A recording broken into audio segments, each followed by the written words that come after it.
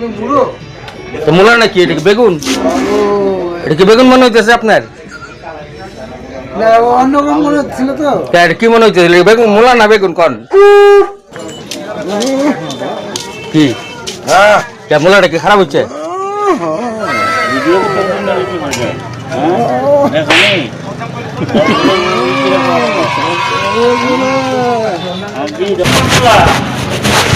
আরে মূলার কথা কই না, মূলা বাজারে কিনতে কিনতে আইলাম একেবারে খালি কত কত কত আটা কত মেলা? হ্যাঁ আটা কত মেলা?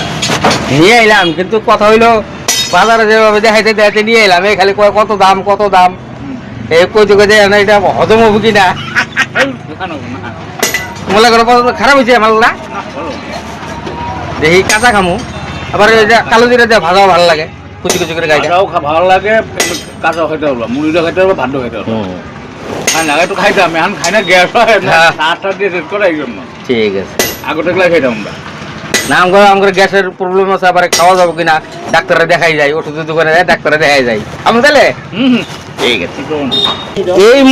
এই মূলা আজকাল পেটে হজম হবো না, কারণ যেভাবে বাজারে সবাই কইতেছে মূলা মূলা মূলা, এই মূলা যদি খাই পেট খারাপ তো হবোই, আর কত যে পাবো তার কোনো গ্যারান্টি নাই।